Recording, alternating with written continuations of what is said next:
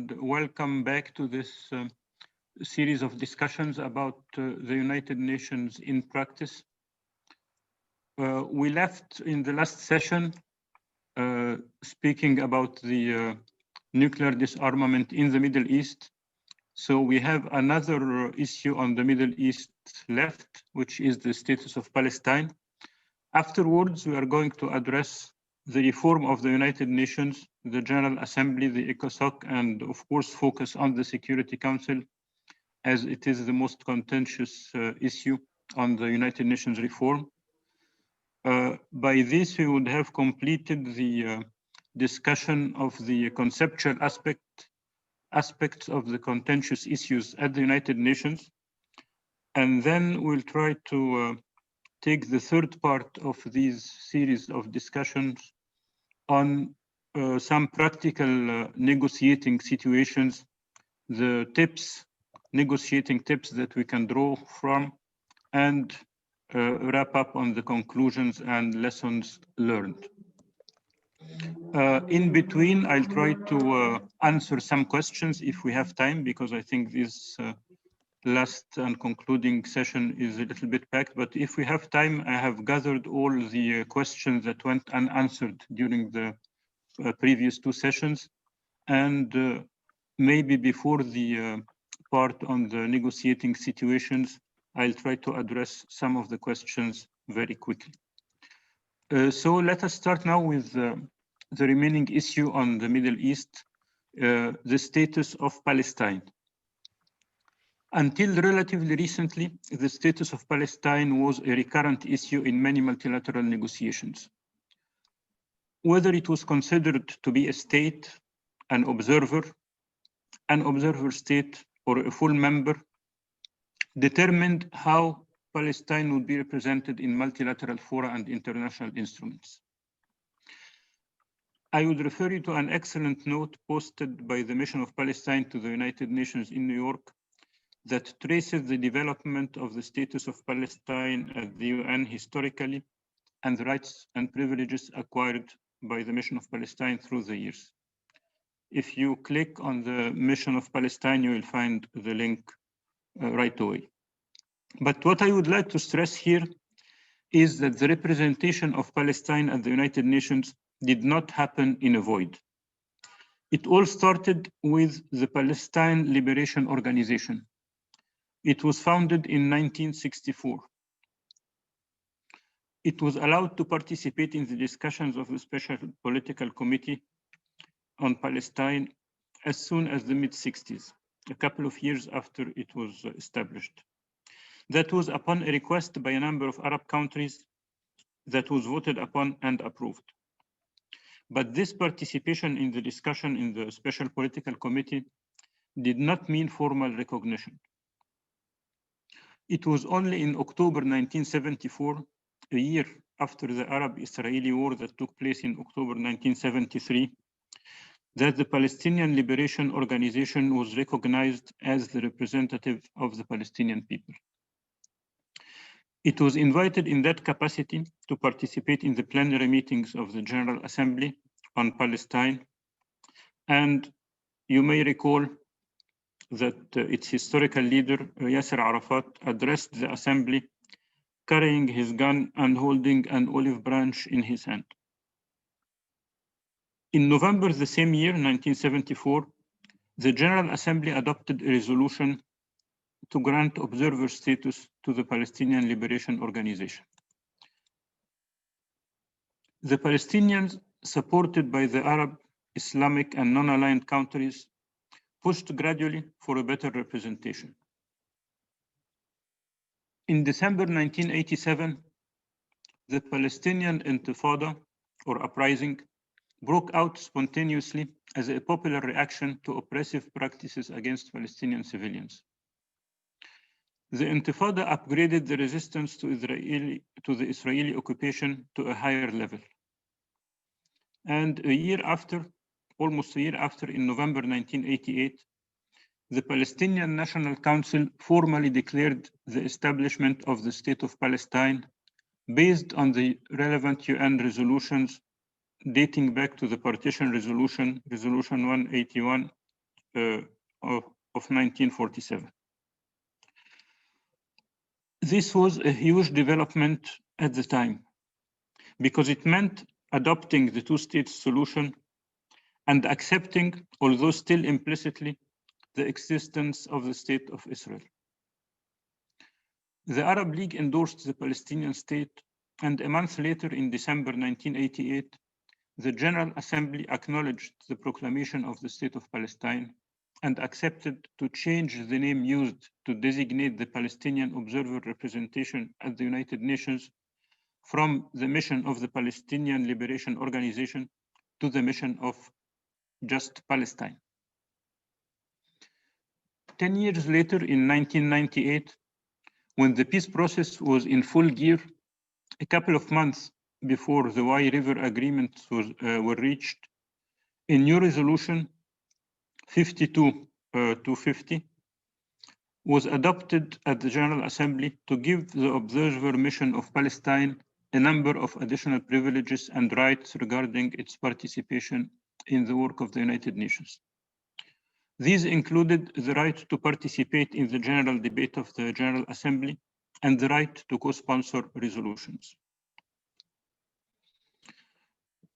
10 more years, or a little more, after the first Israeli war on Gaza in late 2008 and the beginning of 2009, and in the wake of the Arab Spring, the Palestinian Authority decided to present a request for full membership in the United Nations in 2011.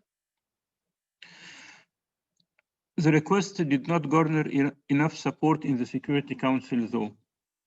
It had only 8 supporters out of 15, and the United States, in addition to the political pressure on the 7 remaining members of the Security Council, indicated that it was going to use its veto to obstruct this request if need be. So the following year, in 2012, the Palestinian Authority went on to upgrade the status of Palestine at the General Assembly once more. This time, they requested to make it an observer state. On 29 November 2012, the day that commemorates Palestine, Resolution 67/19 was adopted to grant Palestine the observer state status. It was adopted with an overwhelming majority of 138 votes in favor, 9 against, and 41 abstentions. The actual negotiation of the draft resolution took almost 2 months, from late September to late November 2012. In the last stretch, there was another war on Gaza in mid-November 2012. One important priority for the Palestinian delegation at the United Nations was to make reference in the preamble to the fact that the Executive Committee of the Palestinian Liberation Organization was acting as the provisional government of Palestine. In my opinion, that was not necessary.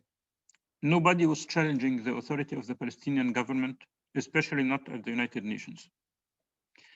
I never raised the issue with the ambassador of Palestine back then, but I think that this reflected a sort of insecurity that should not have been projected in the resolution. I noticed as well that the Palestinian mission focused on negotiating the draft with the European Union delegations before presenting it to the Arab and non-aligned countries. It actually paid back for them, of course, as the European Union vote was split. And this is very rare when usually the European Union, the 27 countries, vote in bloc. But this was one of the rare times that the European Union vote was split, with a majority of 14 voted in favor of the resolution to grant the observer state status to Palestine, 12 abstaining, and only 1 country, the Czech Republic, voting against. Although no one can blame the Palestinians in seeking the maximum support for their draft, some members of the Arab, Islamic, and non-aligned groups that were supporting the cause of Palestine all the way felt uncomfortable for being out of the loop with regard to the negotiations. But fortunately, the support of these delegations was strong enough not to be affected. So at the end, the General Assembly decided to accord to Palestine non-member observer state status without prejudice to the rights, privileges, and role the PLO had progressively acquired through the years in accordance with relevant resolutions and practice. It is to be noted that the State of Palestine had acquired a year before, in 2011, the full membership of the United Nations Educational, Scientific, and Cultural Organization, UNESCO, through a vote as well. But that vote cost UNESCO the freezing of all United States financial contributions. And again, remember that was under the Obama administration, which was considered one of the most progressive administrations in the US. Along the road, during the many negotiations and fights to allow the Palestinians to properly participate in different multilateral fora, there was a kind of unwritten alliance between Palestine and the Arab group on one side and the Holy See on the other. That alliance was born of the similar interest of both observers in acknowledging their adequate participation in international negotiations. So they were sitting next to each other at the General Assembly Hall and in different negotiations, not only in the General Assembly, but in multilateral negotiations like the ATT, like Rio +20 and others. They would sit next to each other and try to negotiate increasing rights and privileges within the negotiating processes. This unofficial alliance helped convince many Catholic countries in Africa, Asia, Europe, and Latin America to support the upgrade of the status of Palestine. It also contributed in garnering the necessary votes at the General Assembly to pass the relevant resolutions on the question of Palestine with overwhelming majorities. Precedents were built upon precedents in the preparatory processes of different multilateral instruments with regard to the participation and status of Palestine. The same logic of precedent building has been applied as well in the outcomes of the Environment and Sustainable Development Fora, and of course many other fora, but I'm focusing on the ones that I have attended, as I mentioned before in the previous sessions.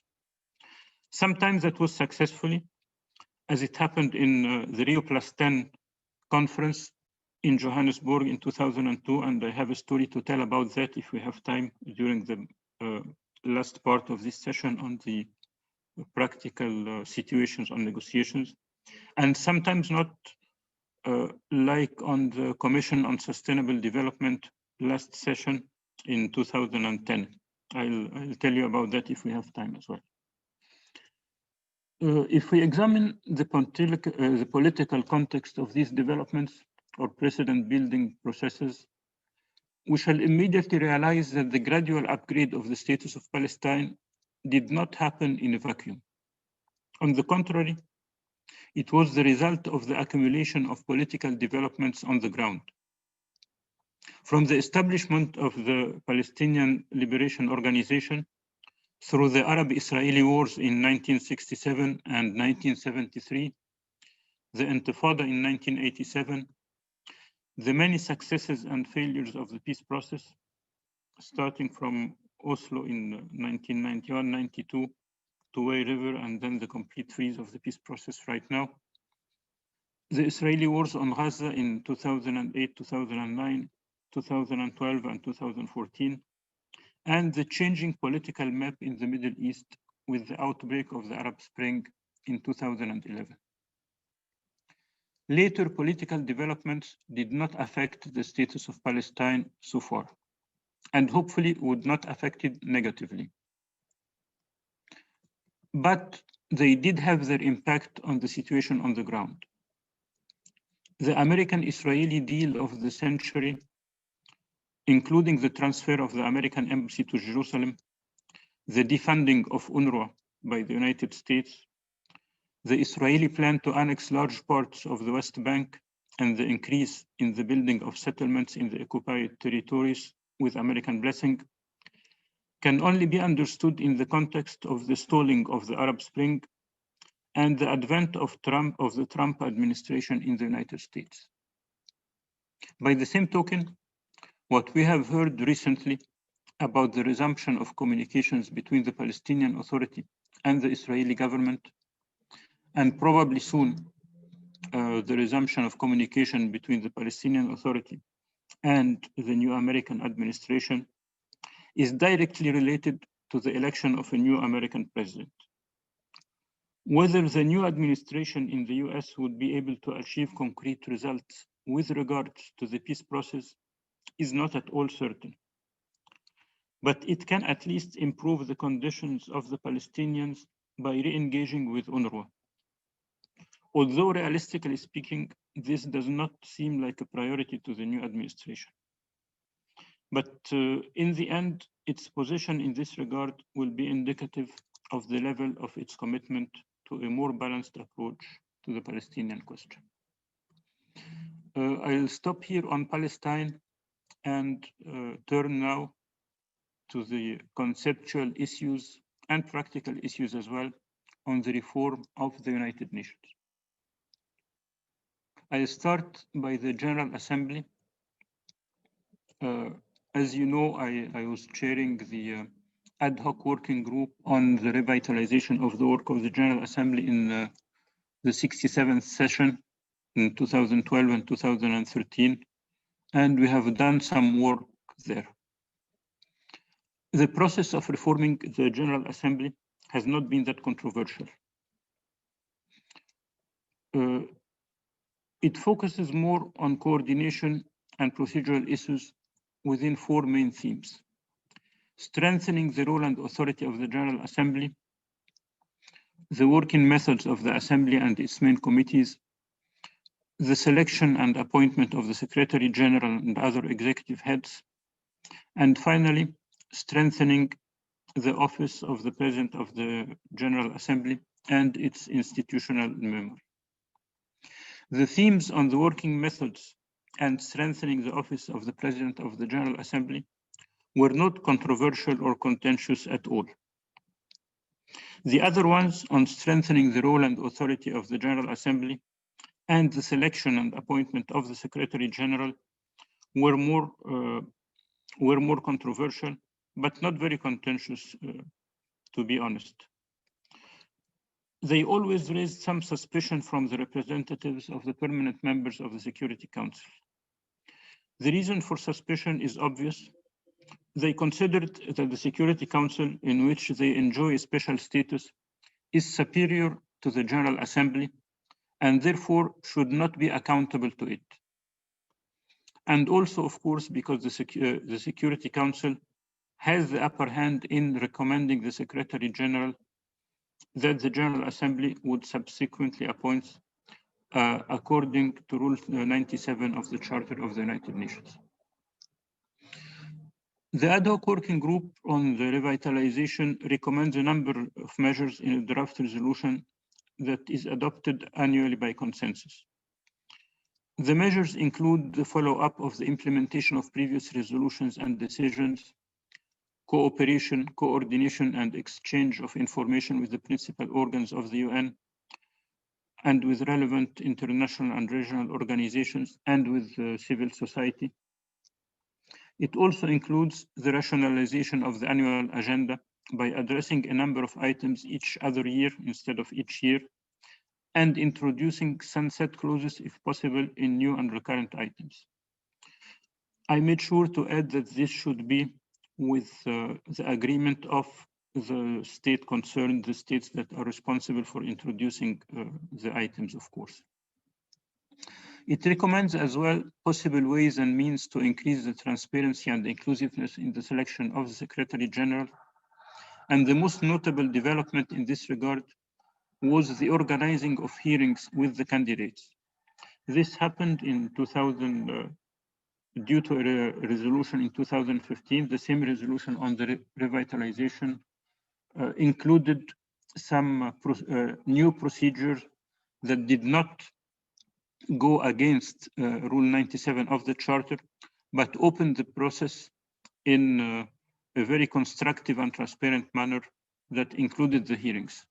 And I believe that this was not going to be possible if the then representative of the United States, Samantha Power, was not in her place, because she is she had a cabinet role in the American administration, and she is independent and honest. And I haven't read her recent memoirs, but she was an idealist, I think, and I believe her in the title of her memoirs. And she did send a letter with the President of the General Assembly to all the countries, the members of the United Nations, back in 2015, asking them to present candidates and opening the process for the hearings at the General Assembly. And as you all know, this new method was applied for the first time during the selection of the current Secretary General. And the last resolution on the ad hoc working group on the revitalization of the Assembly did include the possible review and strengthening of the measures to appoint the Secretary General. And I expect this to happen. It happens usually a year or two before the process of appointing a new Secretary General. And as the appointment will happen in 2022, in 2 years' time, so I wouldn't be surprised if we have additional measures. But the one in 2015 was really revolutionary in many aspects. Anyway, the other recommendations include also the strengthening of the office of the President of the General Assembly by providing additional resources without putting stress on the regular budget or affecting the independence of the PGA if voluntary contributions are accepted. At the 77th session as well, the discussion included an important development as the delegation of Guyana, supported by a number of delegations of small countries, suggested the modification of the timing of the elections for membership in the Security Council. The elections have been taking place usually in October, the month after the inauguration of the annual session of the General Assembly, and the winners would start their membership in the following January. The small delegation argued that as the elections have become more and more competitive, unlike in previous years when most elections were pre-decided by the respective regional groups, they needed more time for preparation after getting elected. I found that the request was very legitimate and made the necessary consultations with the Secretariat and other delegations.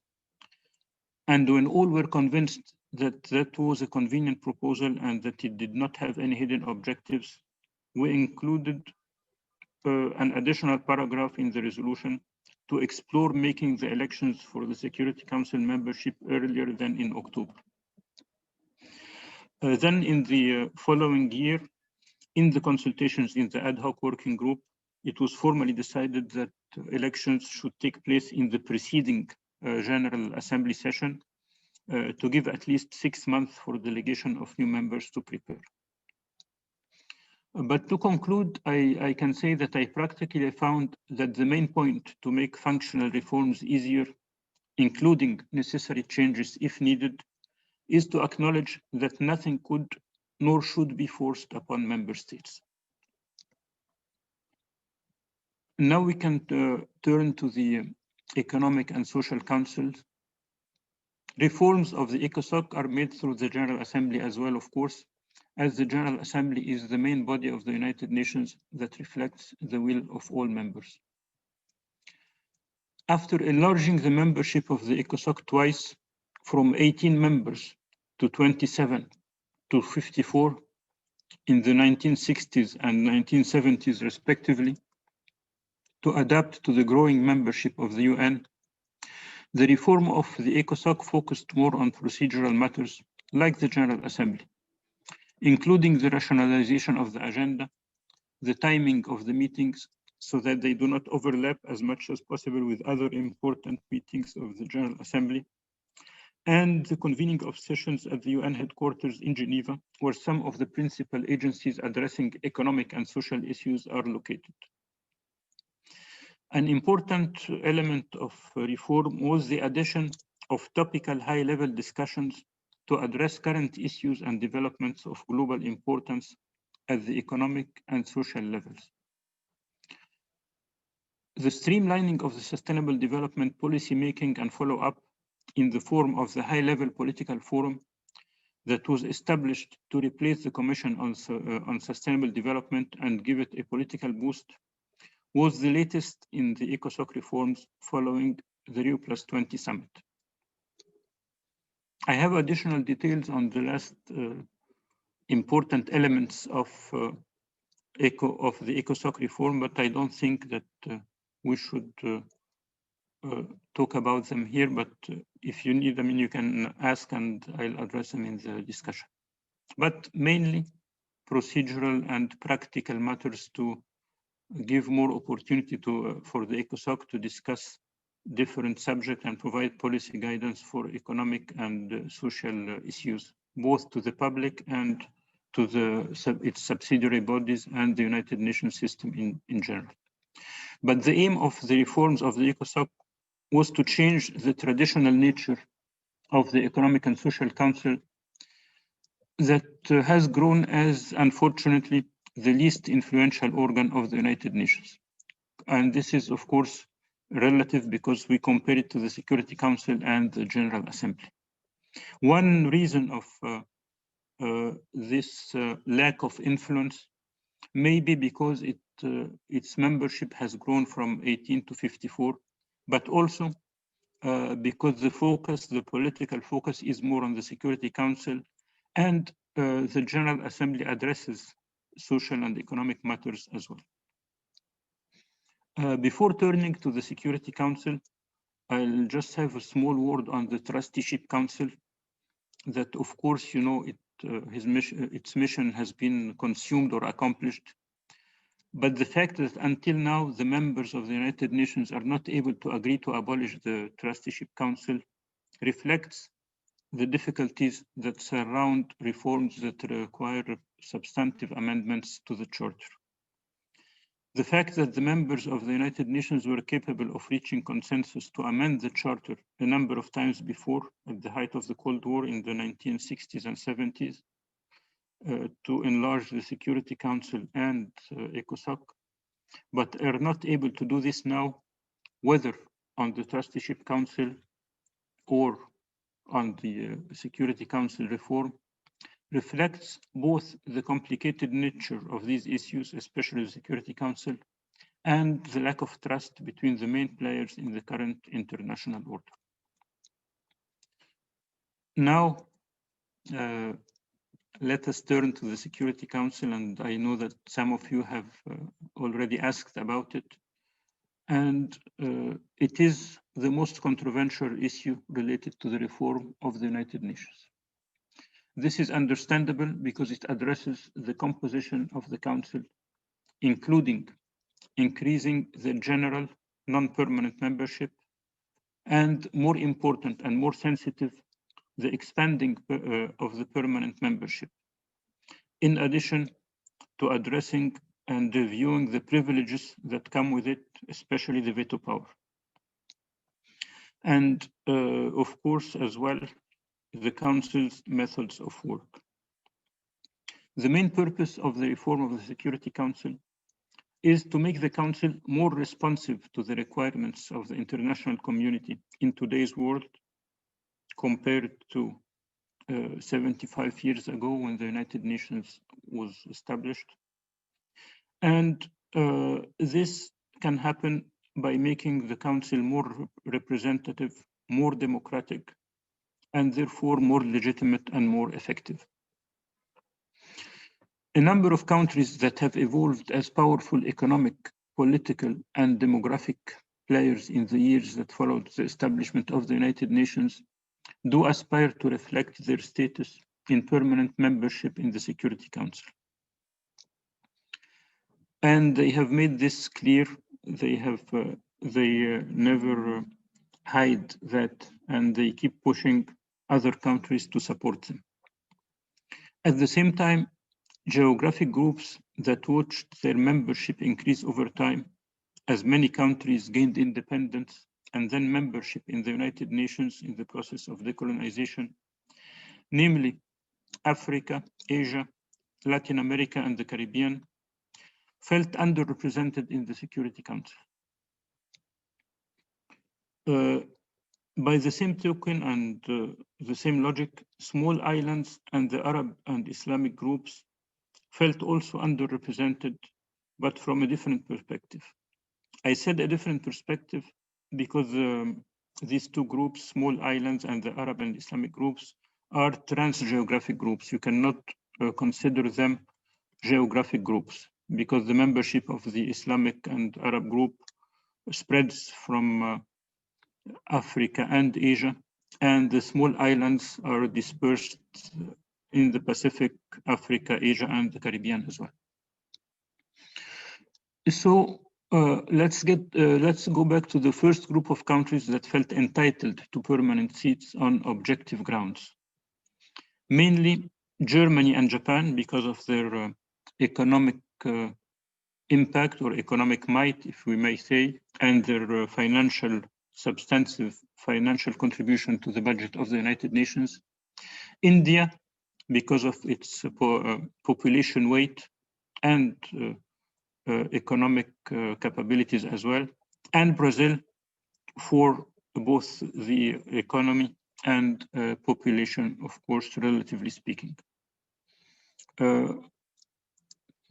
Others as well have tried to join these four countries. These four countries have called themselves or have been called by others the Group of Four, and other countries tried to join them, like South Africa after it abolished apartheid, and to another extent Nigeria. Their démarche and efforts to have permanent membership in the Council triggered a response from regional competitors that aspire to greater influence as well. Countries like Italy, Pakistan, South Korea, Indonesia, Argentina and Mexico, Senegal, Algeria and Egypt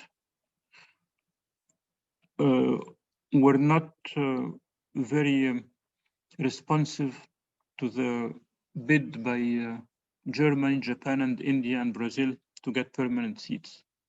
They considered that they have as well the right to aspire to permanent seats, and some of them, if you look at the list of countries, did not have very friendly relations with others, so they'd rather prevent the G4 or some of the G4 from acquiring a permanent seat. They organized their ranks in informal groups like the Coffee Club and then the United for Consensus group. When the first group of aspiring countries, the G4 and the other like South Africa that was close to them, felt that there might be a possibility to get a permanent seat without the veto power, they readily compromised on that. They started by declaring they can forego their veto rights for an extended period of time, maybe 15 years or so, and review the situation afterwards. They even indicated that they were ready to abandon the veto altogether before coming back and preferring to have the veto when they realized that the process of reform was not moving that well. But back then, when they were ready to compromise about the veto, they understood that that was an opportunity they should catch if they were ever to get a permanent seat, no matter what kind of privilege would come with this sort of seat. The competitor group of countries, on the other hand, adopted different but complementary approaches. Some insisted they have the same rights to permanent membership, Others refused the addition of new permanent members as a matter of principle. Spain and Canada, for example, they mentioned that as a matter of principle, they wouldn't accept any new permanent seats in the council. Others proposed the addition of a considerable number of non-permanent seats only. The informal United for Consensus group proposed, I think, to add 10 non-permanent seats to the council. Others insisted on the veto power for any additional permanent member, at least as long as the practice of the veto power was maintained. This was officially for the sake of fairness and equality. But in reality, the countries that objected the G4 démarche knew that this will only prevent a quick solution, if any solution at all. This was the practical interpretation by these countries to the African position reflected in the Ezulwini summit in Swaziland that took place in 2009. The African position, very briefly, consists of requesting 2 permanent seats for Africa to be decided by the African group at a later stage, with the veto power as long as the veto is maintained, and at least 4, if not 5, new non-permanent members to make the African representation in the council at least 6 seats. But of course, South Africa and Nigeria have a different interpretation of the Ezulwini outcome, and they consider it a step towards strengthening their claims. But in practice, it didn't advance the process of reform, or it didn't impact on achieving concrete results in the process of reforming the Security Council. A third group of countries, an alliance that started by an alliance of small countries, adopted a practical approach to try to concentrate reform efforts on the methods of work of the Council, to make it more transparent, increase the role of non-permanent members in the decision-making process, and provide more avenues to interact with non-members. Switzerland, Singapore, Jordan, Costa Rica, and Liechtenstein were nicknamed the Small Five, and they pushed this effort to the limit. They prepared a draft resolution for the General Assembly with concrete measures within the aim to achieve transparency and coherence and openness in the work of the Council. And it included recommendations like requiring the permanent members to explain the reasons behind the use of the veto power if they ever use it.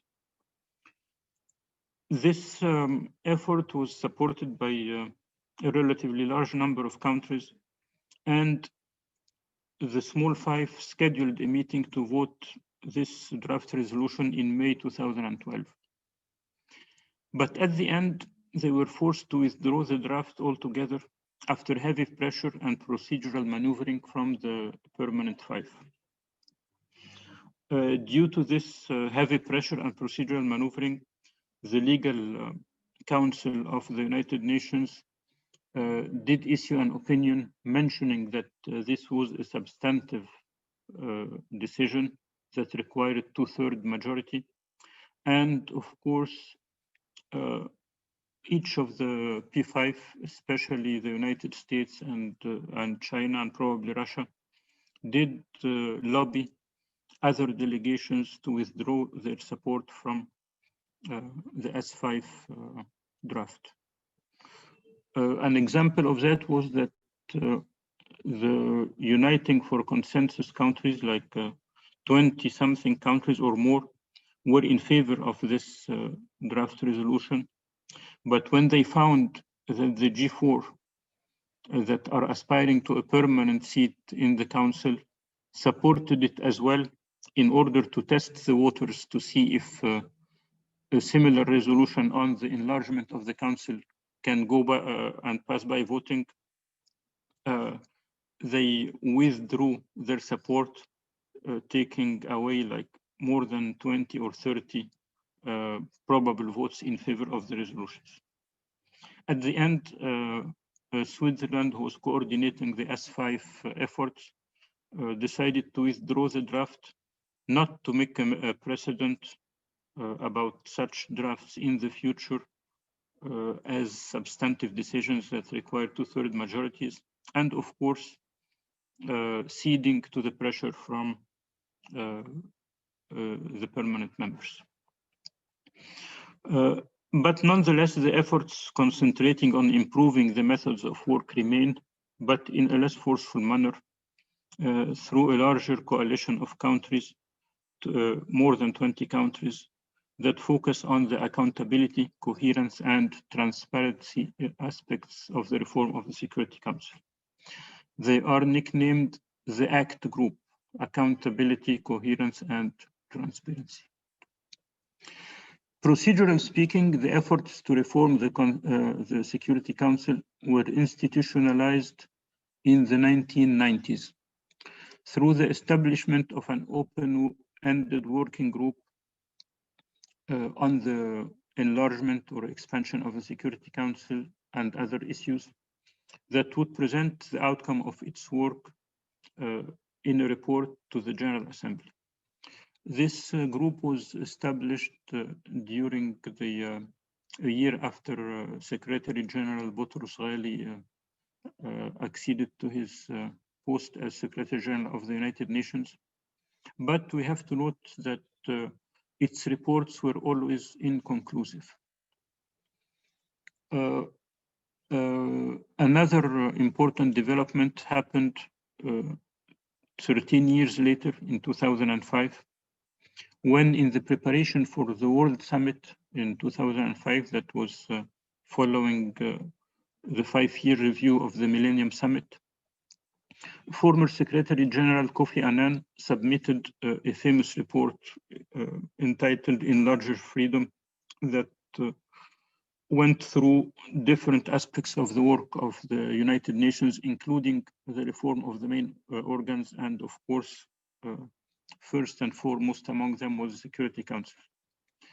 The report included 2 options to enlarge the Security Council. Option A suggested adding 6 more permanent seats and 3 non-permanent ones.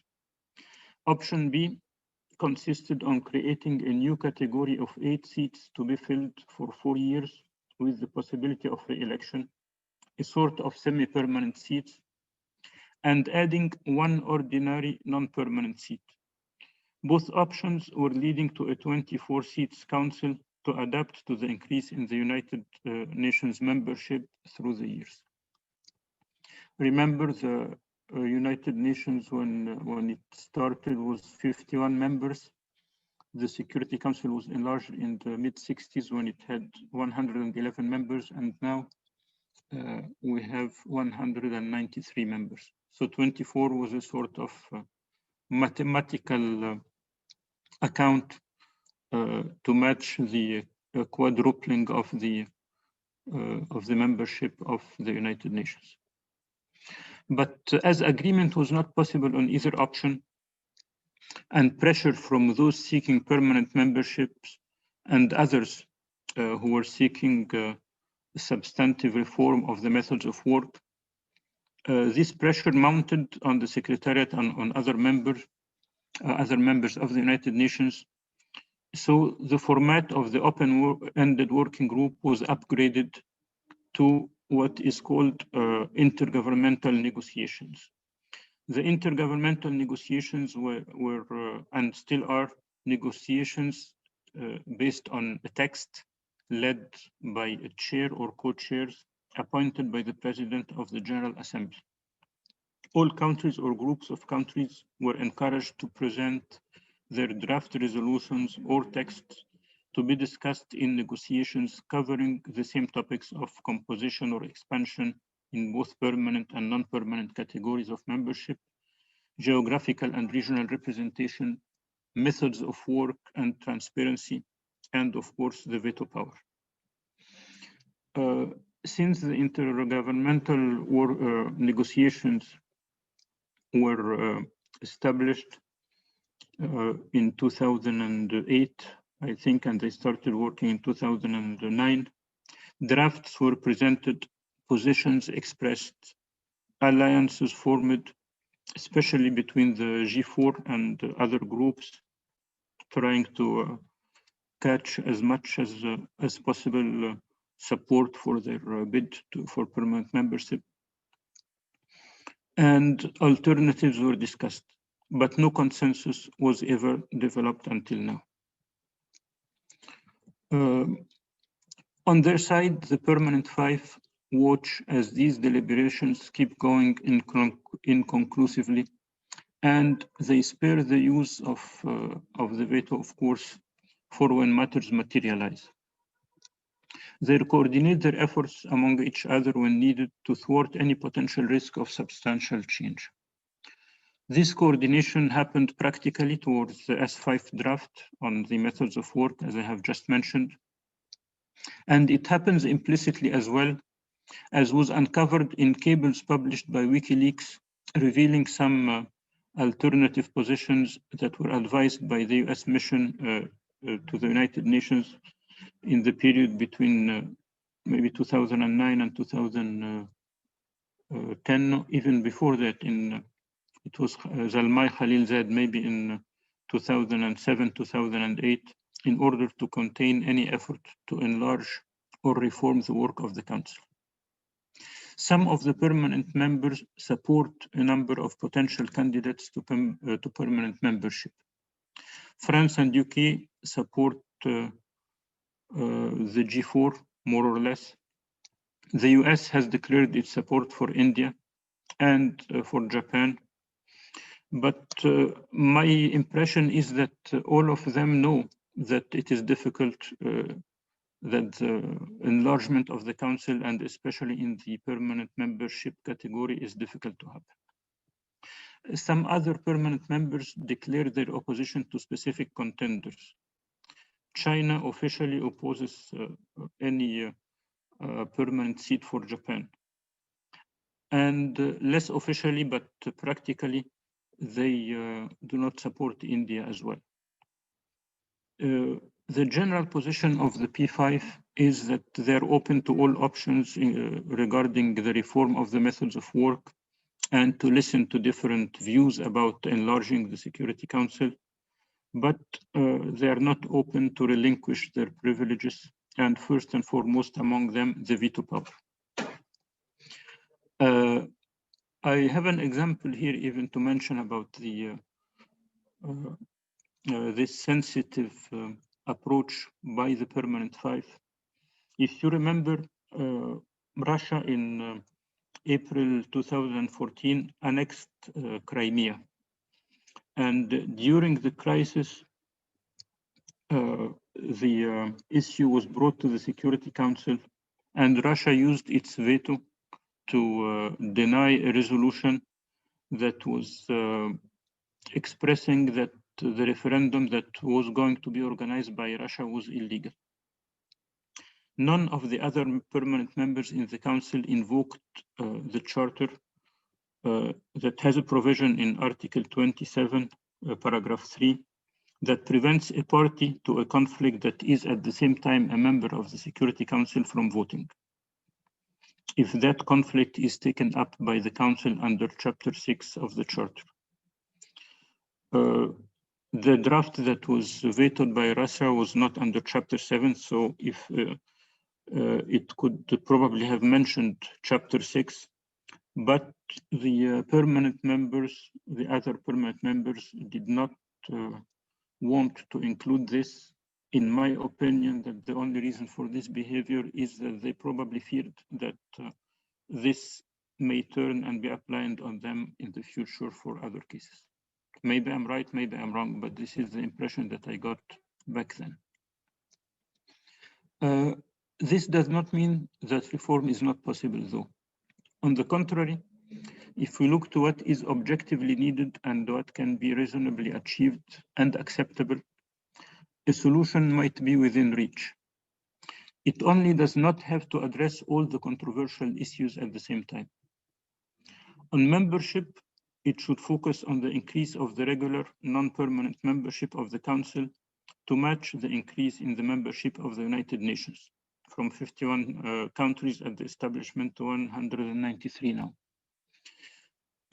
But of course, we do not have to exaggerate the numbers in order to ensure efficiency.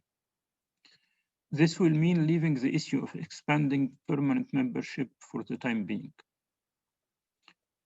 I think this could be achievable and should be acceptable as well. And it has been done before when the membership of the Council was increased from 11 to 15 members in the mid-60s, after the membership of the United Nations more than doubled from 51 to 111. A possible compromise to convince those seeking permanent membership, the G4 and others, to accept a partial solution may be to acknowledge the need to address the expansion in permanent membership at a later stage, and to consider making a number of new spots available for a limited number of consecutive terms. I would not call them semi-permanent seats because it may be better not to give them any particular name in order to avoid raising unnecessary sensitivities, and also in order to make them available for a flexible number of countries according to arrangements within the corresponding geographic and regional groups.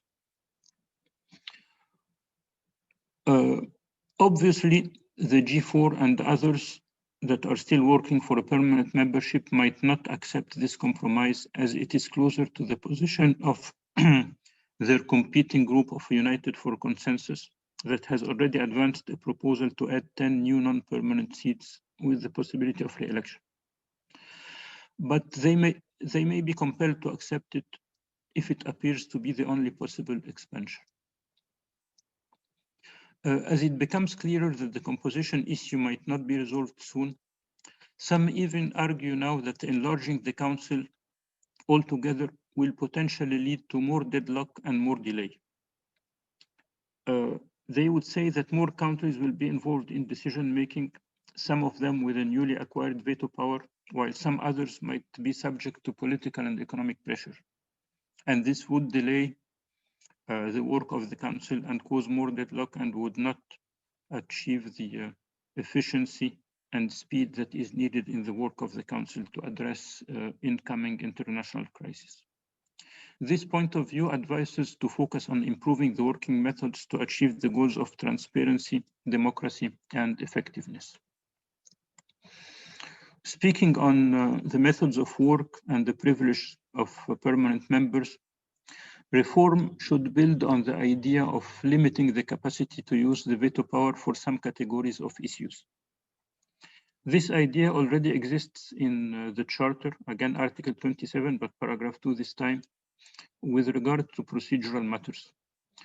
Article 27, paragraph 2 mentions that if a procedural matter is in front of the Council, the veto should not count. It should be approved by 9 affirmative vote, no matter who has voted against.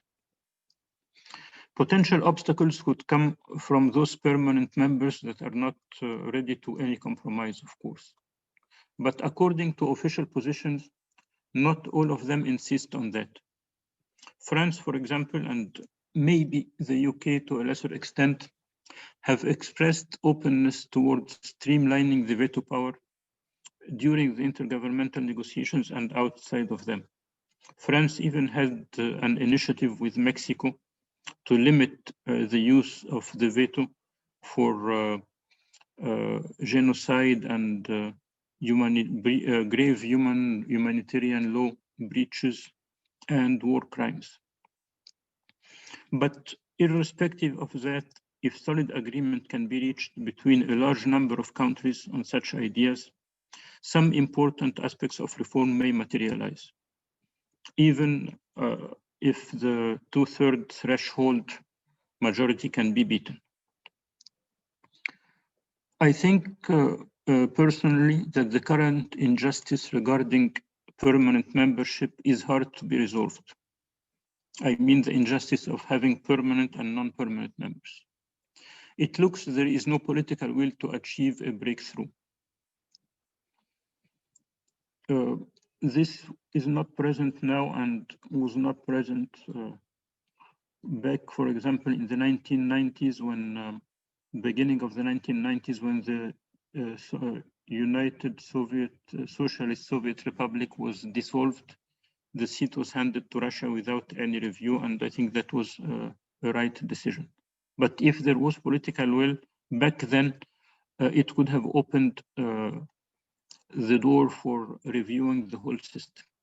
But I think that it was fair enough to give it to Russia, of course, and I'm trying to show that it reflects that the system is intact and functions with the will, with the knowing will of the permanent members.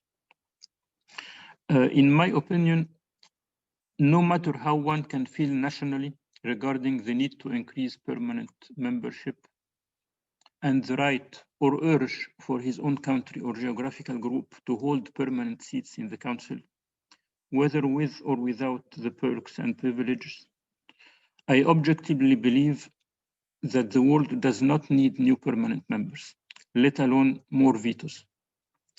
One can look at the political developments in the potential permanent contenders to consider that the rise of populism and extremist governments should raise question marks on some bids for permanent membership.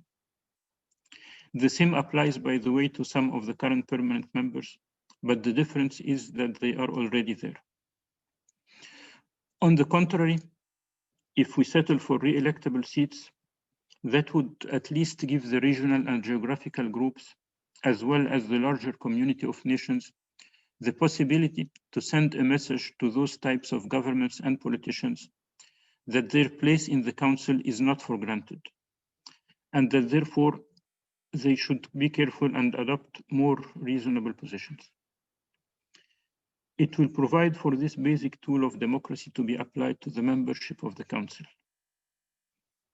So to conclude, I would say that rescuing democracy at the expense of justice is certainly not the best solution, but it is definitely better than losing them both to blind feelings of nationalism. As we have concluded an hour exactly, I will stop here.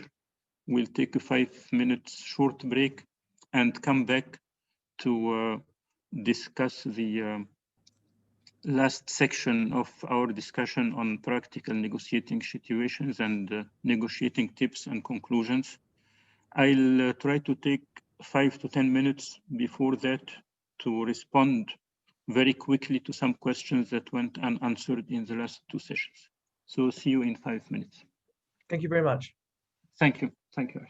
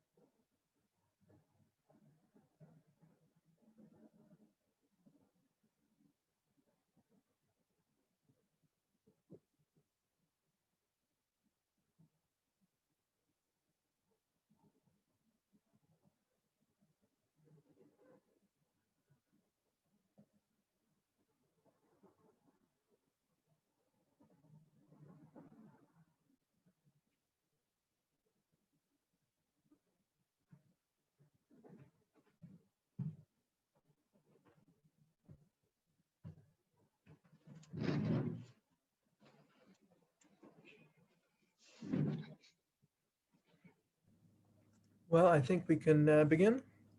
Sure. Give a few moments to everyone and we can resume. Good. Shall we do the questions or go on with the presentation? What do you Why think, don't you go Harsh? through some of the questions that we didn't address last Tuesday? Okay, we'll do that. Good.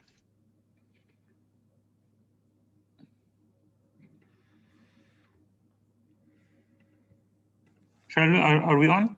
We are, yes. Good. So, good morning or good afternoon or back.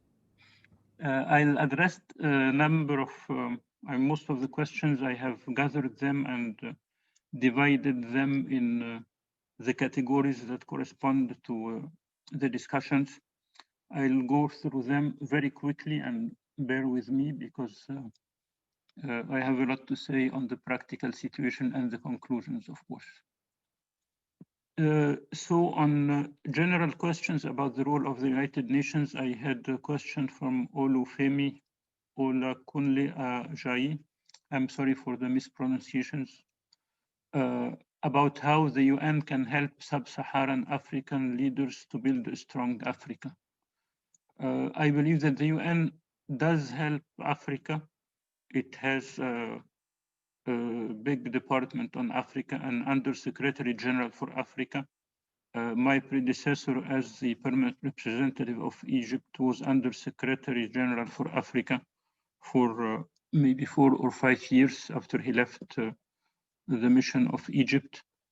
And there is a lot, the United Nations program, the UNDP, UNEP is located in Africa. UNDP has many activities in Africa.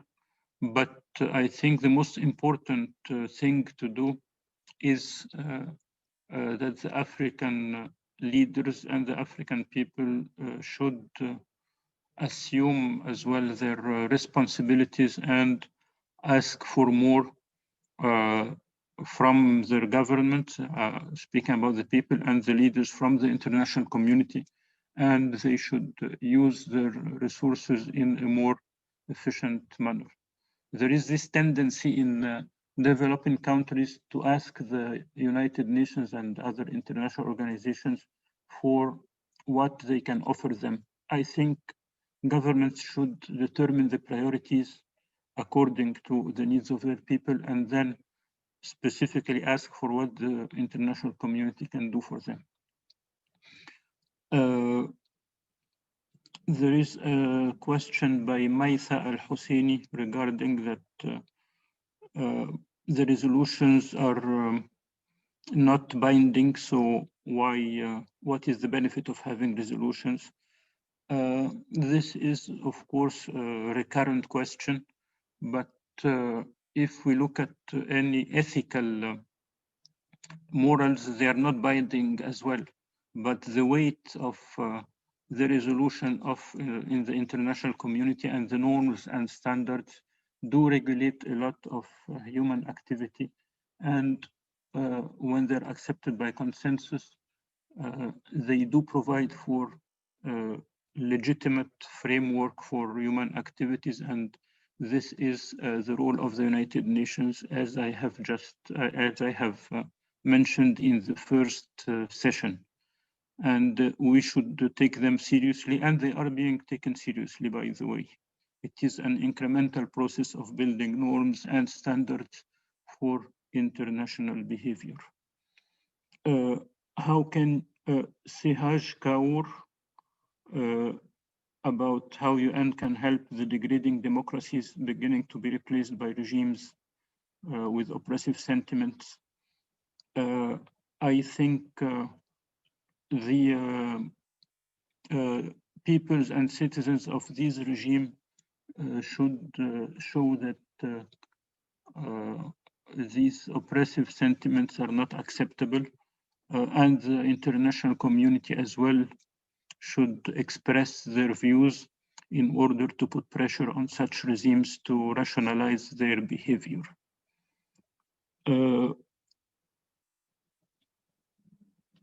Another question by Farah Houari about the United Nations resolutions being a la carte. So do you believe an efficient global governance is possible in the foreseeable future? I think that the term global governance is relative, and we have to determine what we mean by global governance. In my opinion, global governance is the set of norms and standards of accepted behavior in which oppressive regimes, for example, relating to the previous question, and regimes or countries that do not act rationally are, if I may say, put to the side or are not engaged the same way as other countries and cannot benefit from the what can be offered by the international system. And in this case, resolutions can have a more moral and effective impact at the same time. Ashley and Kaluba on human rights now agree with people's rights rather than political rights. I think people's rights are important as much as civil and political rights, as much as economic and social rights. We cannot differentiate between rights.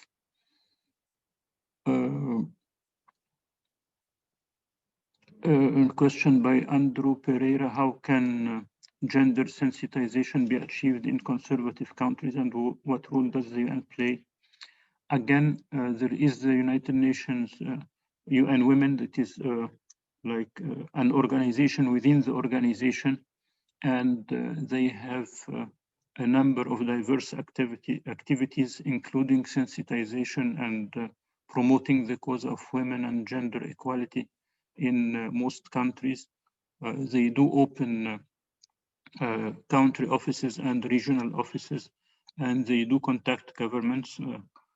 I am not aware of the specifics of their work now, that I left maybe 6 or 7 years ago, but I think that they could be more forceful or they can contact different governments. I know that governments have to present reports on the implementation of the Convention Against Discrimination of Women, and this is an avenue for peer review and for the Secretariat and the UN system to contact the governments, different governments, to improve the situation of women.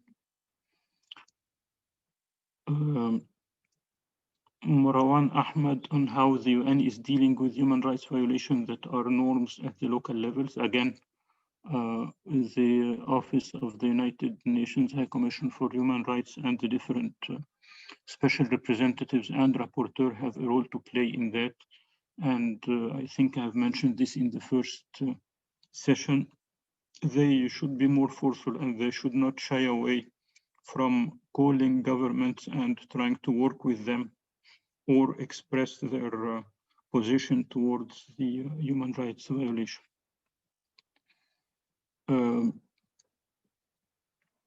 On sustainable development,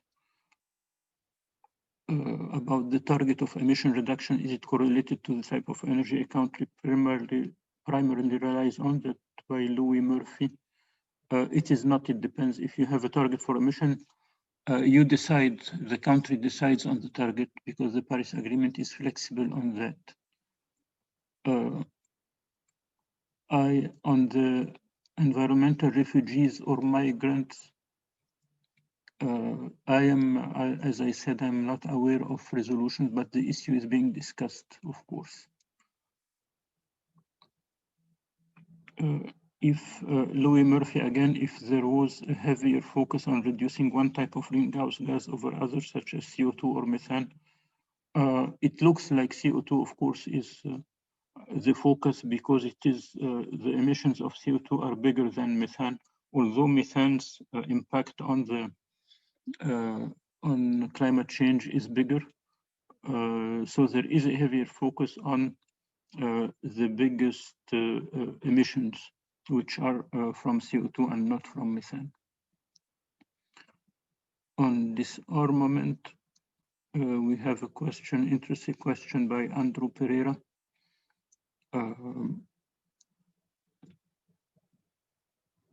That treaties may not be taken seriously, and because the dominant idea of realism in international relations, some treaties are not taken seriously, but most treaties are taken seriously, especially in the field of disarmament, and it depends on the members of the treaties to make them more effective and to implement them. Another question by Louis Murphy. Does the UN work in conjunction with NORAD and similar organizations? I have no idea. I'm sorry about that. A question by Hanouf Al-Hazza. If Egypt wants to ban lethal autonomous weapons, I don't know, but I don't think so.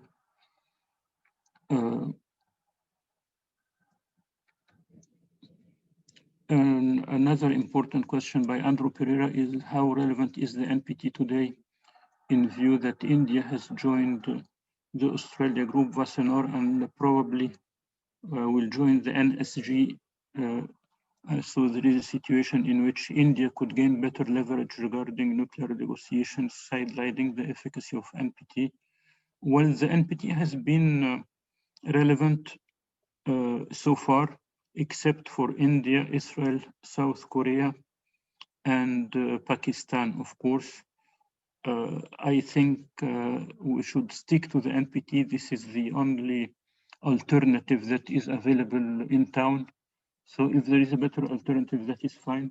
But I am not sure, or I don't think that the NPT structure should be destroyed. And I am not happy with it, as I have mentioned in the second day of discussions regarding the situation in the Middle East. But this is the option that we have, and we should keep it until we find a better option. Reform of the Security Council has been addressed. The qualifying requirements, and a question by Ella Caleta, or Eya Caleta, again, excuse me for the mispronunciation. On the key qualifying requirements and the process of becoming a permanent member state of the UN Security Council. The current permanent five were the victors in World War II, of course. New permanent members' seats are a distant target and a difficult target. I don't think that there are specified or specific requirements if this is going to happen at all. Negotiating tips are going to be addressed right now. Finally, other issues that are not related directly to what we are discussing. A question by Abhishek Dwivedi. The orientation of global diplomacy against China and the US as they make always situations critical for other nations, like the US and Britain fake war against Iraq, that is a proxy war, and China has a suspicious role to modify or invent new species of lethal viruses like the COVID. I think I do not believe in conspiracy theories. And the US and coalition war against Iraq was not a proxy war. It was an outright war by the United States and its allies against Iraq, and it caused a lot of destruction and was not endorsed by the United Nations, by the way.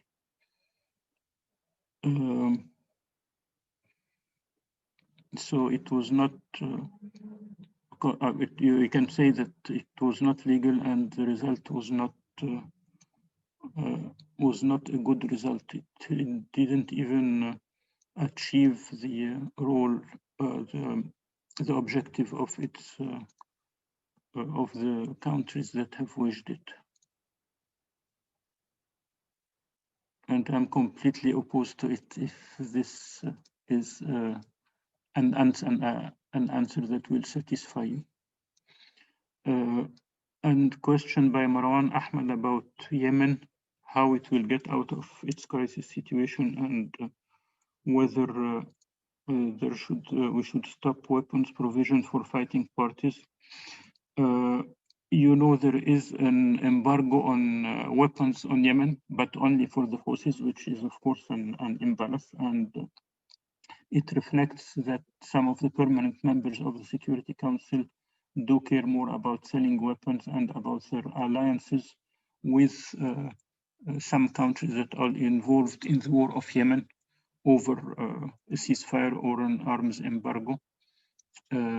It is difficult for Yemen to get out of the situation. There is a special envoy, maybe as we speak now, if the civil society in Yemen can organize itself and contact the special envoy, maybe they can give them their perspective. But of course, a ceasefire and an arms embargo would be the first step to stop the war in Yemen. And there are hopes on the new American administration, and we shall see how far they can go on stopping the war on Yemen.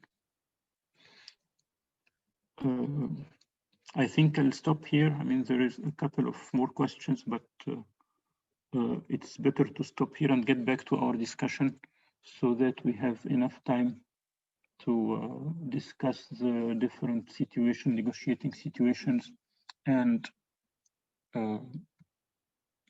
some conclusions if we can.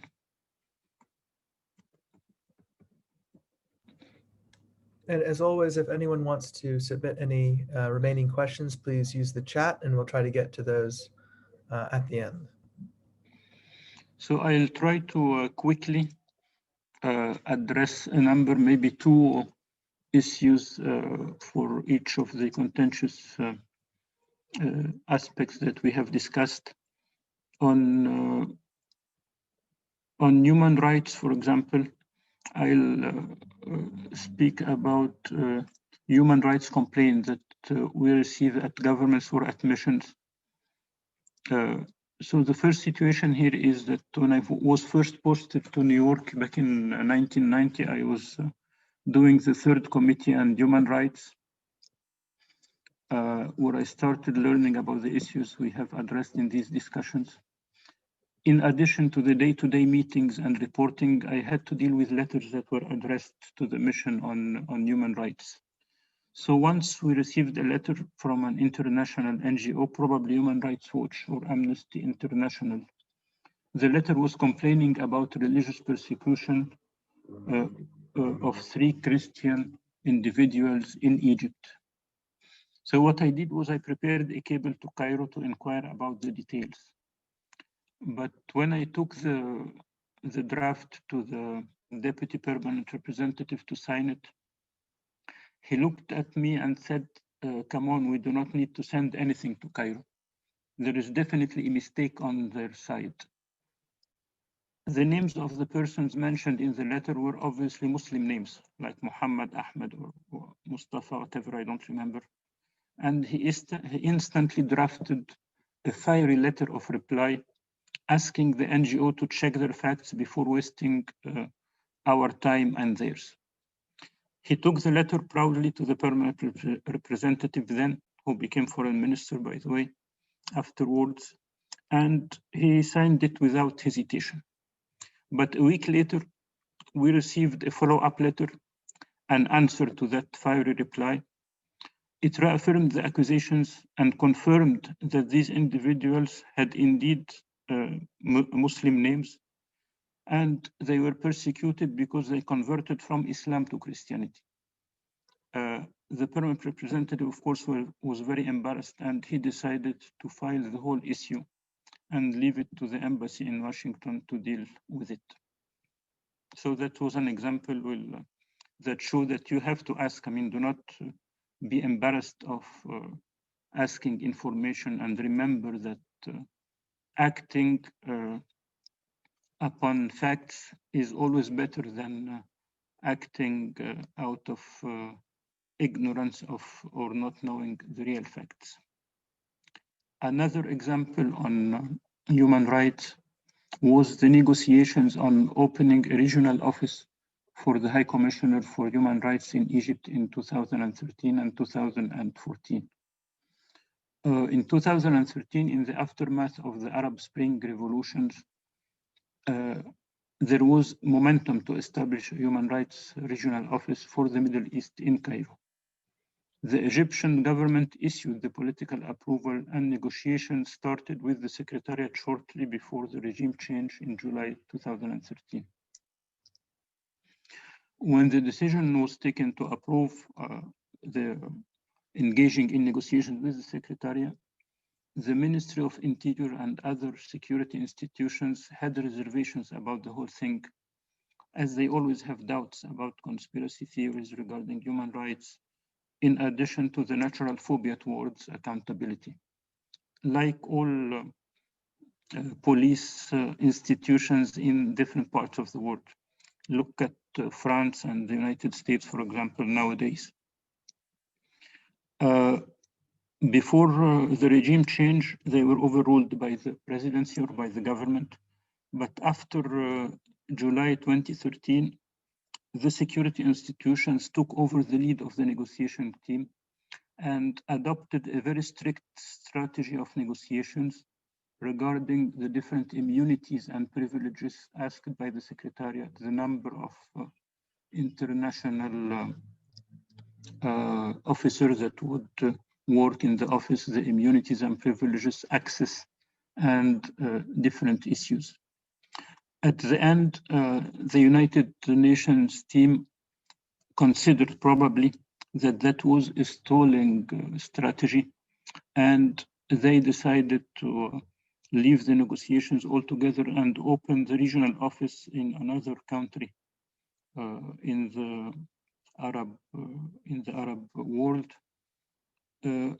So I think that was a failed negotiation, and we did miss an opportunity to have the Human Rights Office in Cairo, which would have been beneficial from the point of view of following the human rights situation for the Egyptians and the citizens of other Middle Eastern countries, and would have been favorable for the government as well to have the necessary courtesies between the secretariat that would have been based in Cairo regarding how they would address the situation in Egypt and in other countries. But that was a lost opportunity because one party of the negotiations tried to outsmart the other, I think.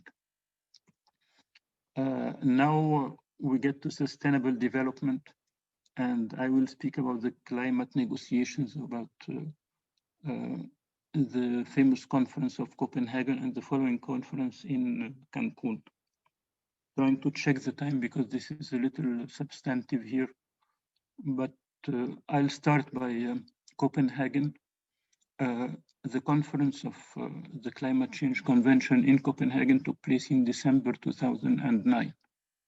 It was supposed to decide on some revolutionary decision regarding the responsibility to reduce emissions and the responsibility to finance the efforts to reduce emissions.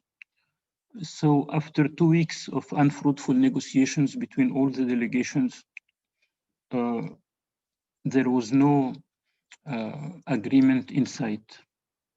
But it turned out that there was an agreement at the sidelines between the leaders of some of the more important parties under the auspices of the host country.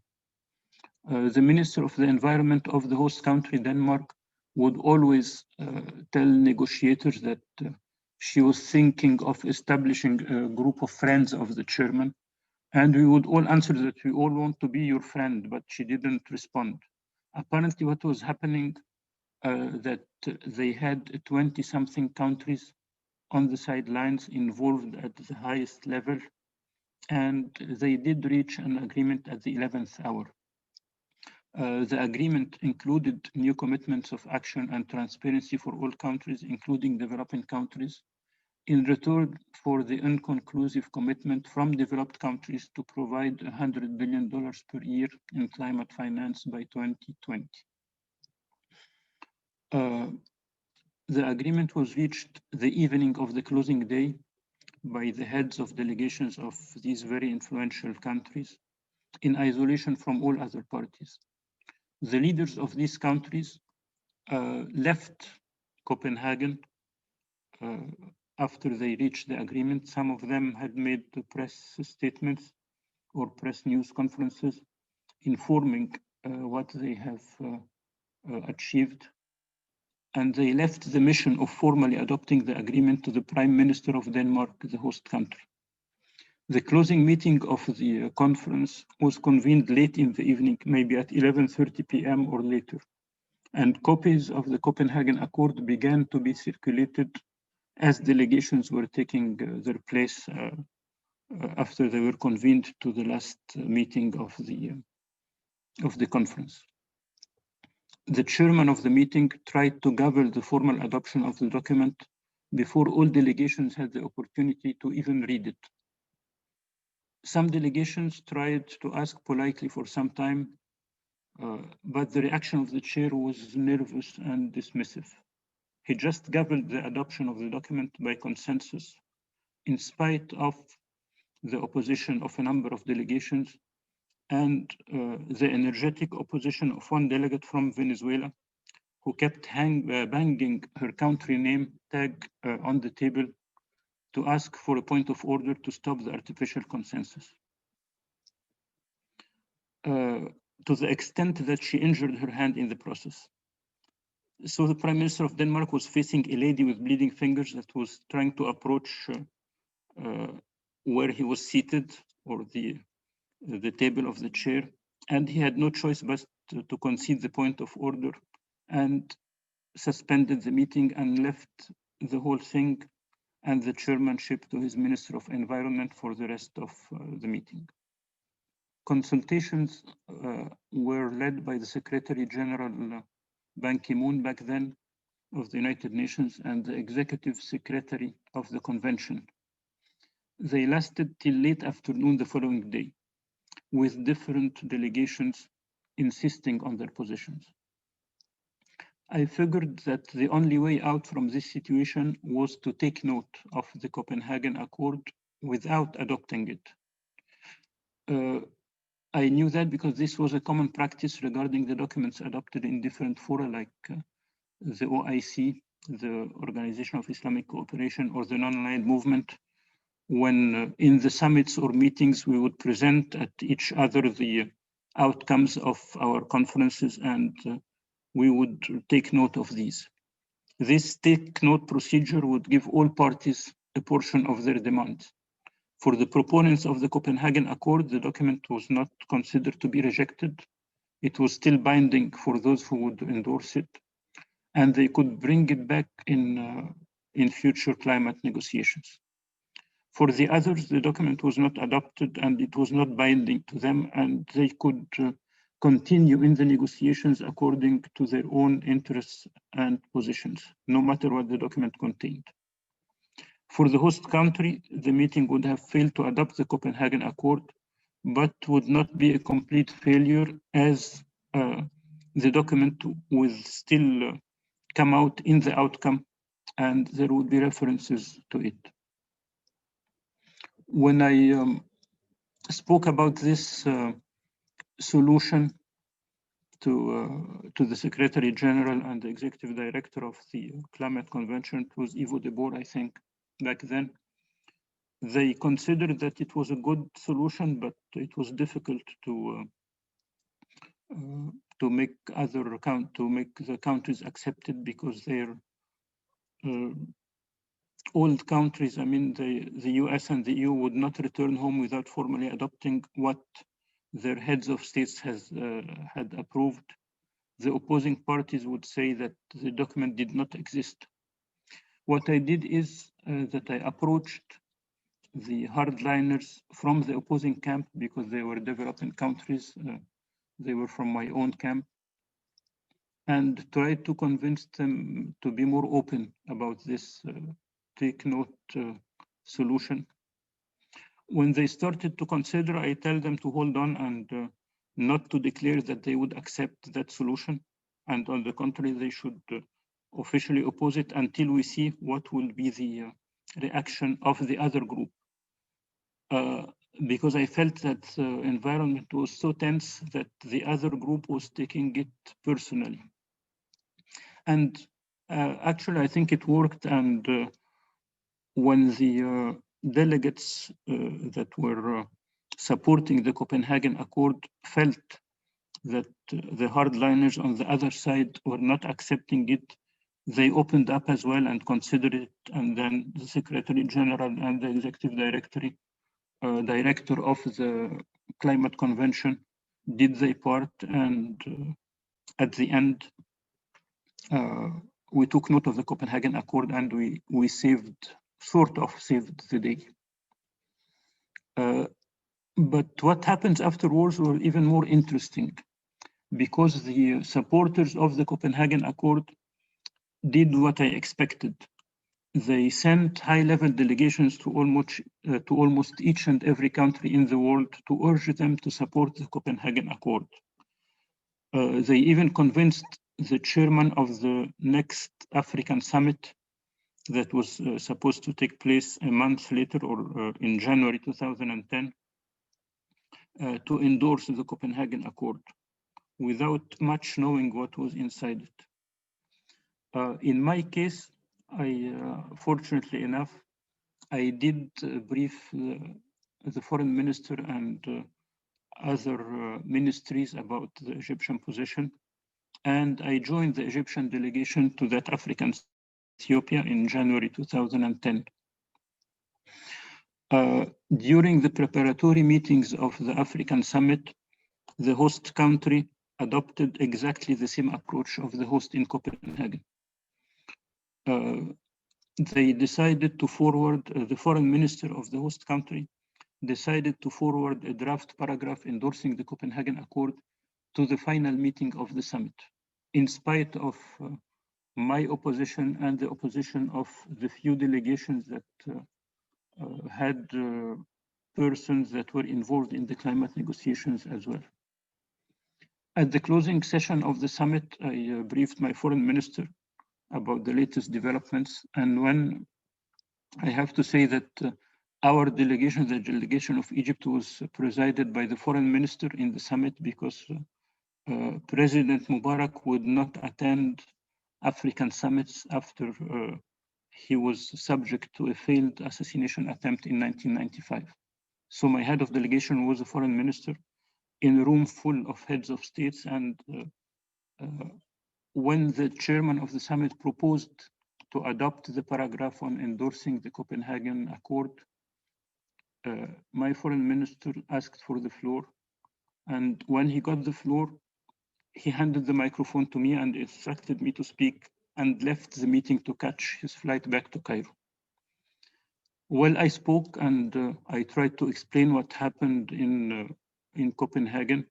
But of course, the dynamics of the African summit and any summit meeting in general are different than the dynamics of normal meetings of high officials, as it is very unusual to have a high official speak in a meeting at the levels of heads of states, let alone challenge the proposition by the chair from the host country.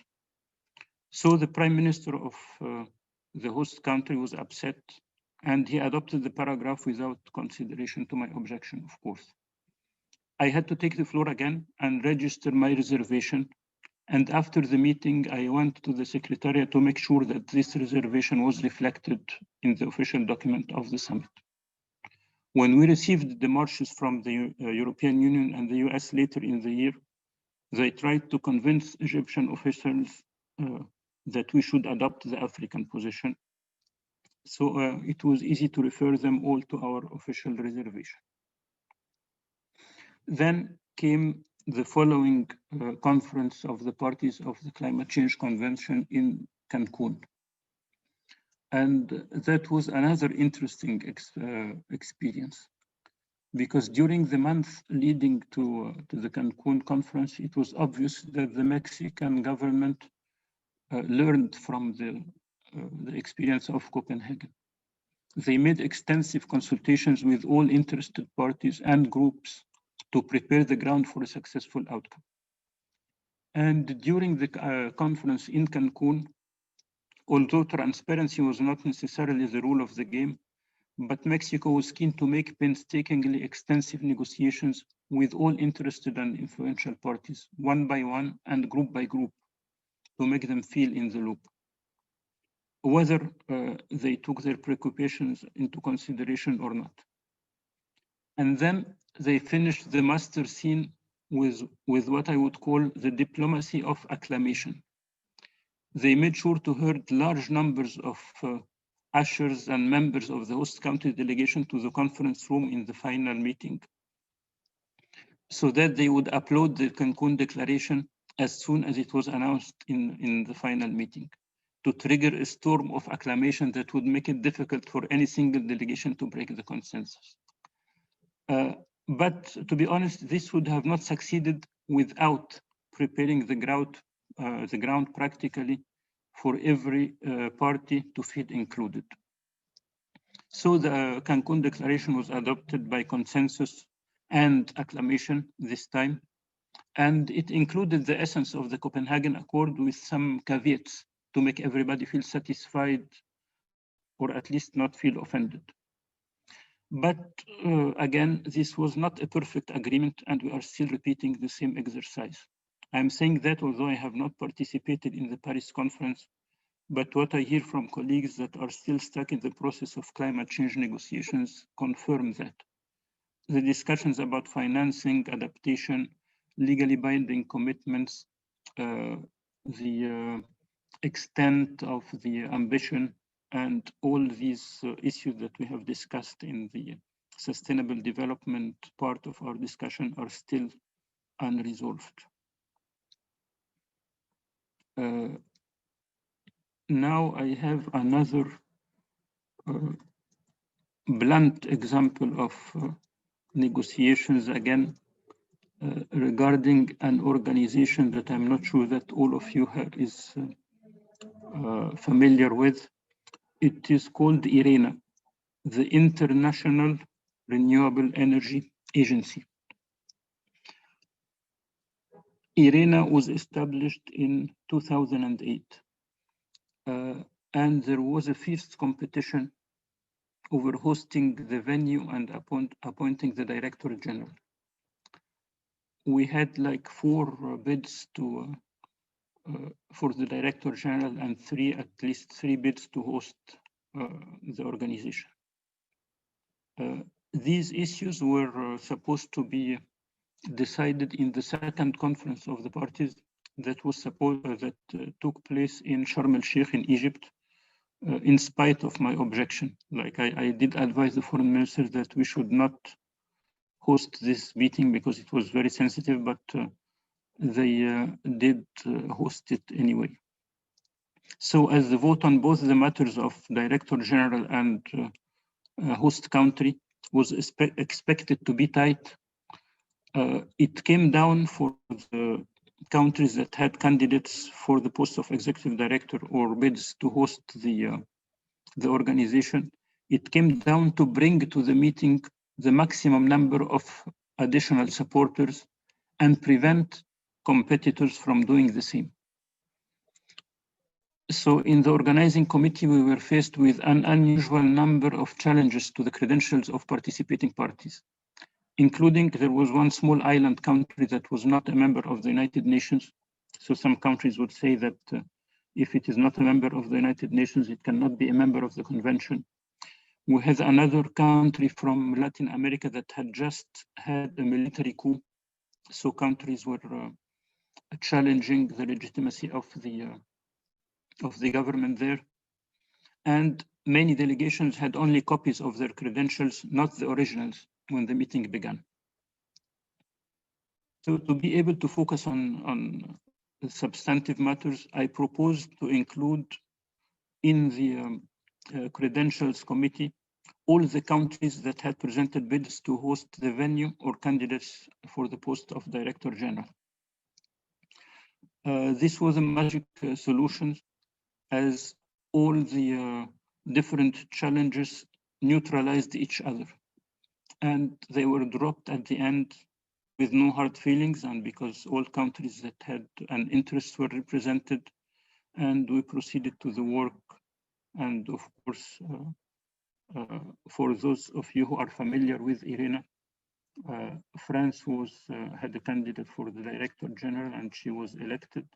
And the host country was selected to be the United Arab Emirates, and it is still there and working.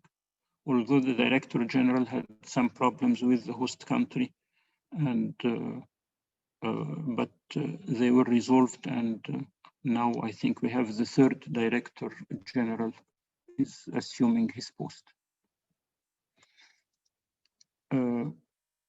Another practical one on sustainable development was the establishing of the open-ended expert group that drafted the Sustainable Development Goals. So that was decided at the 67th session of the General Assembly.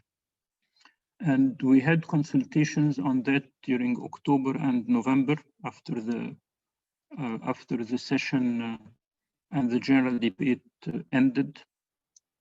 And during the consultations on establishing the working group to draft the Sustainable Development Goals to make them more inclusive, unlike the Millennium Development Goals that were parachuted on the declaration by the Secretariat through consultations outside the system of the United Nations. So there was consensus that should be done by the member states, but some developed countries wanted a closed working group that would present the result of its work to the General Assembly later on. During the consultations, we convinced many countries that even if we had a specific experts group, its work should be open-ended. And we agreed on that. But then by the end of like the third week of December, we received like a final draft that was going to be adopted in the following in the following day at the General Assembly, and did not contain the idea of open-ended working group. It was just an expert group. So when we convened the meeting at the General Assembly, I convinced the President of the General Assembly that that was not acceptable, and he had to adjourn the meeting for further consultations. And a month later, we were able to reach consensus on a decision that properly reflected that the work of the expert group should be open to all countries. And I think that was good, because the sustainable development goals are legitimate and they constitute the whole agenda of sustainable development of the United Nations now, without challenge from any country.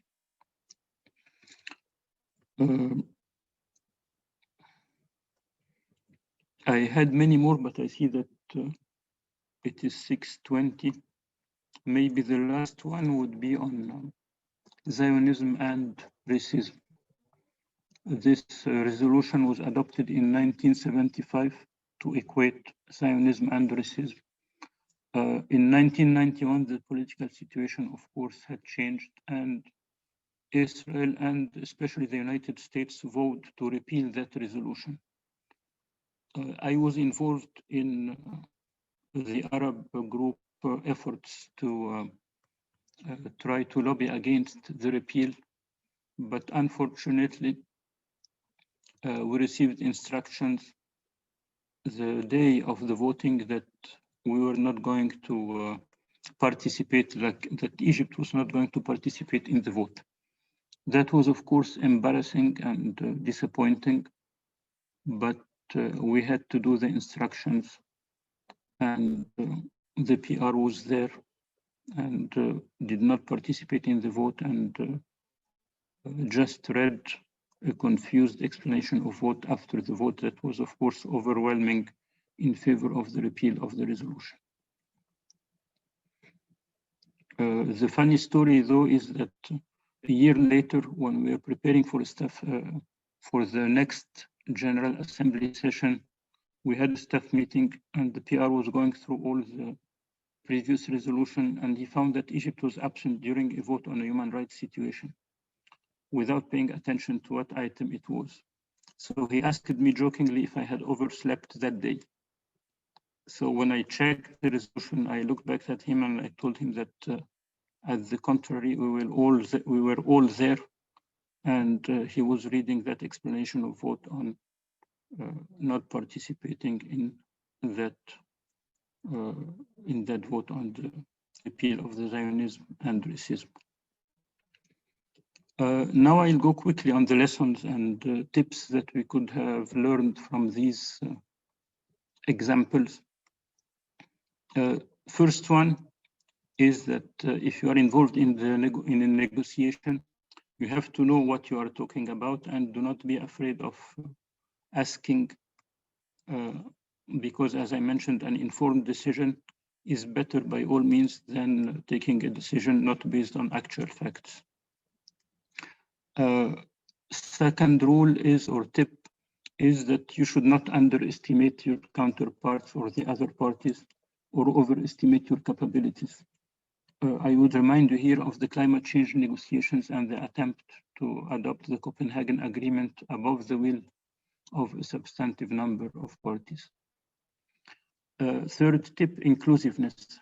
So we have to share information as much as we can during the negotiations within your own delegation, because sometimes you have delegations that have representatives of different stakeholders, so they may not be aware of the position, or they may take positions that do not reflect accurately your position. And you should coordinate as well with other delegations. And of course, if you are a host country, like in Cancun, the Mexicans did in Cancun, and what we did regarding Irena, it's better to include everybody so that nobody would feel offended, and the conference would go on smoothly. An important tip as well is to secure your negotiating positions. So of course, when we negotiate, we have to get our position approved by our authority, because otherwise we may lose credibility when somebody somewhere might contact your foreign minister or even your president and force you to give up or change your position in the middle of the negotiations. So when you secure your negotiating positions, you are not subject to such situation. And another very important rule is that you have to express your position in the debates and at negotiations. Remember this golden rule: if you do not speak, you do not exist, you do not count. So you have to speak out and express your position if it is important to you. Another tip is that you have to check the documents to make sure that whatever you have agreed to during the consultations is duly reflected in the final outcome. This applies to the Sustainable Development Goals decision, and it applies to other situations that I did not have time to talk about now. Another tip that sometimes, no matter how good you are or how support you have with other delegations, your positions might not get reflected at the end. And if you cannot break the consensus, at least register your position and or reservation and make sure that it appears on the documents. It's not enough to just express your reservation orally. You have to go to the secretariat and make sure that it appears in the final document of the event. You have to maintain the credibility of your position. If you remember, in the previous session, we spoke about the resolution on the Israeli nuclear capabilities and how the Arab group did not have a credibility because they would withdraw the draft at the last minute for a certain number of years, and that affected the credibility. So if you don't have credibility, do not count on the support of others. Of course, do not try to outsmart your counterparts as what appeared to have happened during the negotiations on the Regional Office for Human Rights. And sometimes you should wait before accepting a specific proposal to encourage other parties to accept it, as what happened in Copenhagen. And maybe this is one of the reasons that it is difficult now to reform the Security Council, because now that the United for Consensus group has advanced the proposal for 10 non-permanent seats, while this is the only possible solution, but probably the countries that are aspiring for a permanent seat might not accept it just because it was presented by the other group. There is another tip that I didn't present a situation, but sometimes you have to wait before declaring your instructions, especially if you are prone to political pressure. Sometimes when you declare that you are going to vote in a certain manner, a couple of days ahead of the vote, if you are prone to political pressure, you would get a telephone call at the last minute after some political intervention has been made in the capital, and you might reverse this vote. So it's better to keep your instructions until the very last minute. Another final one maybe is that you have to know the rules of procedure very well. You should have a copy at hand and make sure that you are that you know in general what is contained in the rules of procedure. But know as well that rules of procedure can go both ways. So, and maybe people forgot that the parties or the members of the organization or a treaty body are the masters of their own decisions. So you should know the rules of procedure so that nobody can impose them on you in a manner that is not necessarily correct or not necessarily the only way to interpret the rules of procedure. These were quick negotiating tips, and I see that the time is running or has run up actually. So I'll just take 5 minutes to wrap up on the limits and potentials of the United Nations. I'm not going to say anything new. It's just the conclusions from what has been said during the 2 previous days and today. The United Nations, of course, is a governmental organization, so it has to adapt to government sensitivities. It has to show respect to all the members, and the same applies to multilateral negotiations. But of course, respect should not be at the expense of advancing the work of the organization. It is a big organization, so sometimes it is difficult and slow to react. But at the same time, as a global organization, it has huge resources and an accumulated experience of 75 years now. And it has a considerable amount of legitimacy for its actions, because it is publicly perceived as representatives of the peoples of the United Nations, in spite of the reality that we have been talking about, that it is a government organization. So it has a huge potential to act, but of course, it reflects the sum of the political will of its parties. It has big achievements, of course, but there is a lot more to be done. And we should go for the incremental approach as long as we cannot go for the revolutionary approach. And maybe this is what I tried to mention about the Security Council reform. Another important conclusion is that we should not underestimate the effect of domestic policies. If the peoples want to achieve something more at the United Nations, they have to make sure that their voice is heard domestically to make things move internationally. This is the answer about to the questions about how can the United Nations help Africa or degrading democracies or other cases. I think that is it. I wish if I had more time, we would have expanded on the conclusions and lessons learned, but I think it's time now.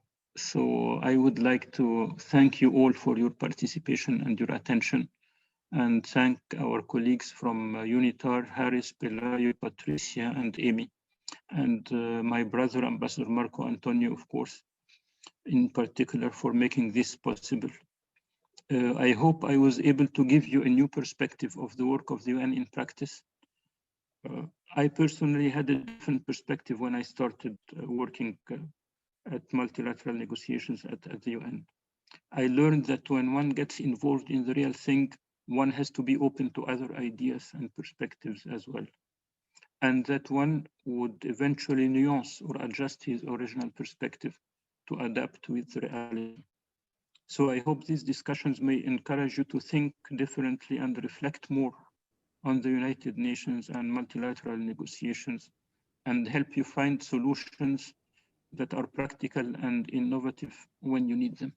Thank you very much again, and I'll hope to meet you or see you in other events. Thank you very much, Muataz. I am so pleased and honored to have chaired these 3 sessions with you on behalf of UNITAR and the United Nations. The main objective of our sessions with you was having not only a practical look on how the United Nations works, how the decision-making process is made, but also to have a full scope of the different topics and issues that are related to the United Nations, from human rights, sustainable development, reform, and particular issues like the self-determination, like you covered today. So I hope our participants, or beneficiaries, as we call it in UNITAR, enjoyed. I saw the numbers were steady, and I saw the engagements that they have with the very challenging questions. So I am very pleased, and I'm very grateful that they also shared their time with us. This is the mandate of UNITAR, to diffuse, to amplify the message of the United Nations, his work, and the persons that are in that privileged position. Ambassador Muattaz Ahmadin Khalil has been permanent representative of Egypt to the United Nations in New York, and two consecutive times before he was just a delegate, and then he came with the title of permanent representative, and he followed personally all these negotiations and conferences, and you managed to have practical examples of how negotiations are, how the intricacies of defending a position, regional position, or just national position. The tips that he gave you today on how multilateral negotiations are done in the UN, there is no textbook or no university can give you those tips. So take good note of those. The session has been recorded. If you wanted to review them, just look in the UNITAR New York office website, and the 3 sessions are there. If you wanted to recall any specific subject, you can check on those in our website. So I am pleased and honored to have been part of this learning experience myself. We have been working and we know each other for a long time. And he reminded me so many good anecdotes and so many good times in the corridors of the United Nations in New York. So thank you for those memories, Muattaz. On the other hand, if you are willing to have a humble certificate for UNITAR that you took these courses, just send us an email of your interest to UNITAR New York office, to Harry Latif or to Pelayo Alvarez or Patricia Romero, and you will receive an electronic version in PDF with your spell rightly your full name that you wanted to appear on it. So I don't want it to waste much of your time. It's lunchtime in New York. Maybe we'll be dinner in some part of the world where you are following us, or maybe somebody just will have a tea. So the materials or the documents also will be available to you if there is any. Thank you very much. I am very pleased and very humbly honored about this occasion. We will continue these exchanges and these practical sessions with Ambassador Muattaz in 2021. Also check our website for a catalog of courses and trainings, and then we will be able to offer you this knowledge. I'm going to leave now. And thank you very much. I don't know, I guess Mr. Latif and Pelayo will continue with Mr. Muattaz in a private session. For the rest of all of you, thank you very much. Goodbye from New York, and I hope you really enjoy it. Muattaz we'll talk about later on, okay? Sure. Absolutely. Thank you very much, everyone. Thank you all. Guys, thank you very much. Have a wonderful day today. Bye. Bye. Bye.